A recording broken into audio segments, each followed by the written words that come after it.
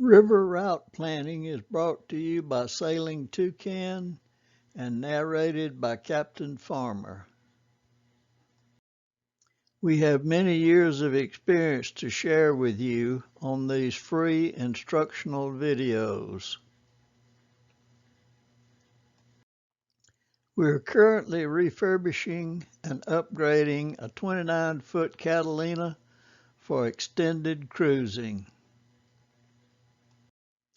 Educated boating is more enjoyable boating, and a good place to start is America's Boating Club, formerly the United States Power Squadron course on cruise planning. This is a very comprehensive 200-page book and course. Offshore routes are generally a series of straight-line courses with only a few waypoints and sailing on the same course for many hours. Weather, wind, and waves are obviously a major consideration offshore. Predict Wind Basic, shown here, is free, but the paid version will do 4-day departure weather route planning for you. Inland, we generally follow the sailing line between the buoys to stay in water over 9 feet deep. Distances can easily be calculated by subtracting river miles. You should allow at least an hour to transit a lock, or longer if a towboat is using it. Commercial vessels take priority. You may have to wait. Look ahead on AIS or check lock statuses. Traveling at night without radar is dangerous and should be attempted only in an emergency. At night, add an extra lookout, preferably not looking through a windshield, and use 750 binoculars to enhance their night vision. FLIR thermal vision cameras are expensive, but they can help at night with or without radar. FLIR uses thermal technology, so a mostly submerged log may not be visible at all.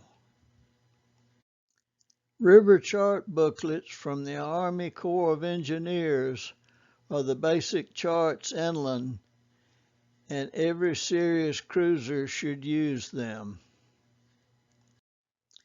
These are chart indexes in AIS chart booklets, so you can find needed pages when planning. Underway, you can flip pages as you go to help track your progress. In the AIS chart booklets, there are lists of locks that can also assist in planning with the typical 1-hour transit times involved. A cruising guide like Quimby's can help you plan for taking on fuel, water, supplies, and pumping your holding tank.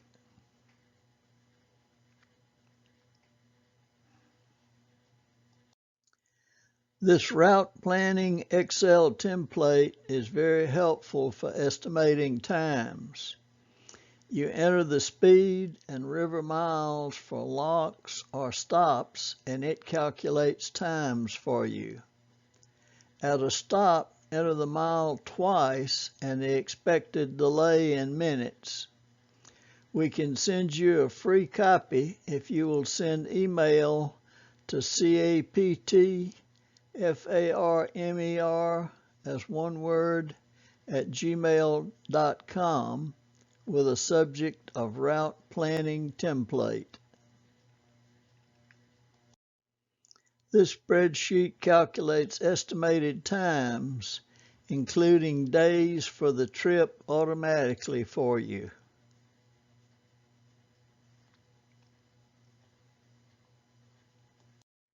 After you get this template from captfarmer@gmail.com, save it and rename a second copy before you enter data on it.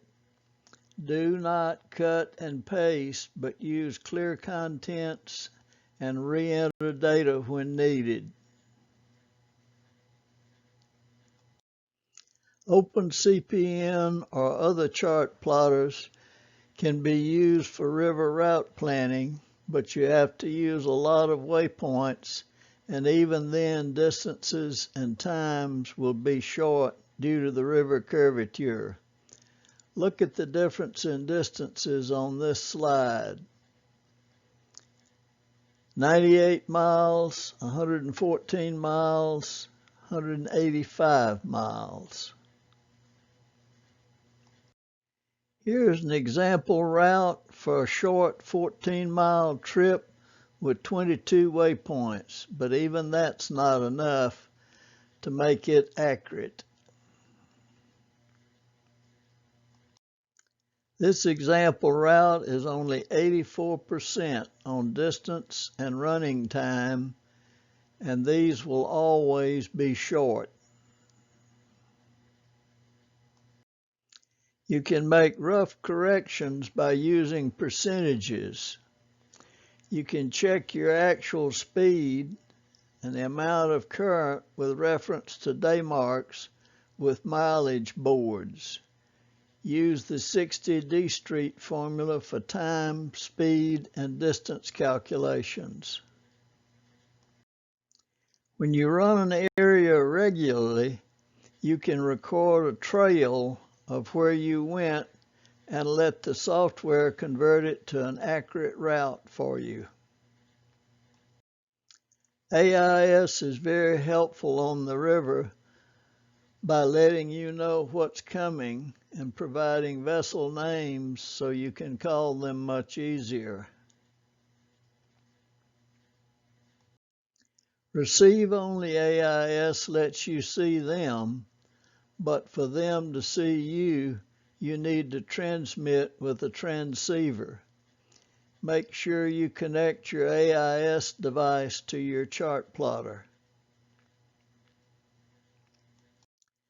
There may be coverage gaps when trying to use AIS apps on the river. The boat has to be in range of an AIS to internet interface, like the one I maintain in Knoxville, and they may only share data with a selected group of apps. Here's an example of an inland recent river coverage increase in the very important Mississippi River Delta area. Not all AIS targets are boats, but these can be used to check your receiver. If you have a transceiver, be sure to ask an AIS boat if he can see you to check your transmitter. Cruise provisioning considerations depend on the boat equipment, crew, and guests, and how you will overnight. You want everyone to be happy and have no misunderstandings.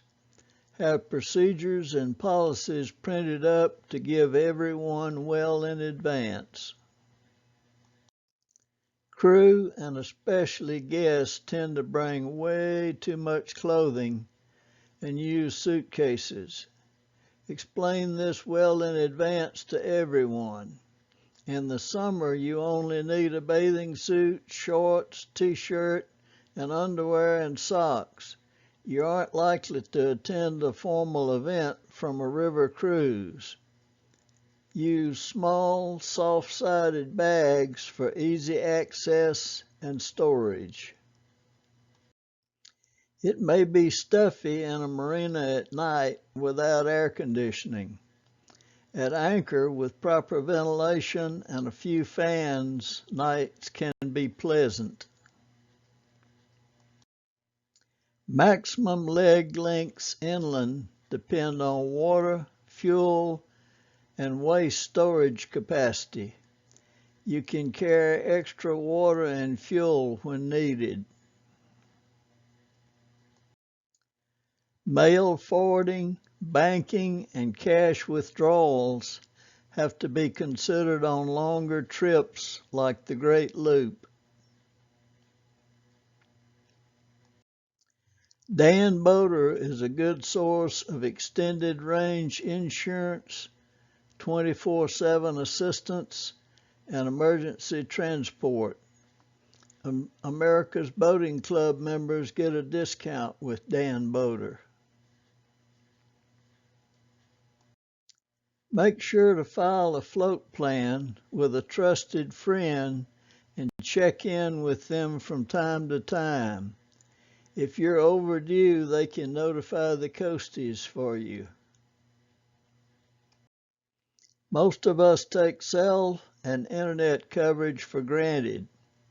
Cell coverage is designed for cities and highways, but not so much for rivers.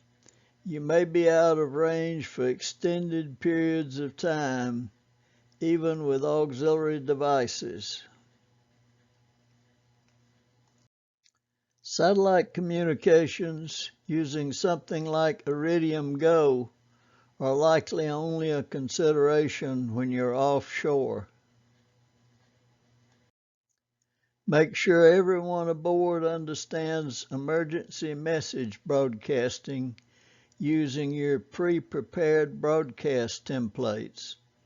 Also make sure they understand the difference in Mayday, Pon-Pon, and Security transmissions. Conduct a thorough pre-departure briefing and vessel orientation in addition to your printed vessel procedures. A well-informed crew is generally a happy crew. Share the workload and keep everyone involved and informed.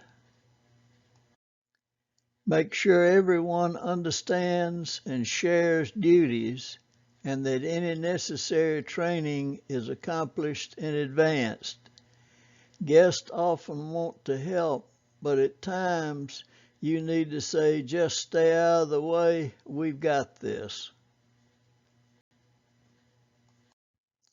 We hope you've enjoyed this presentation on river route planning. Please like and share so that others will be aware of this free river navigation training brought to you by Sailing Toucan River Navigation.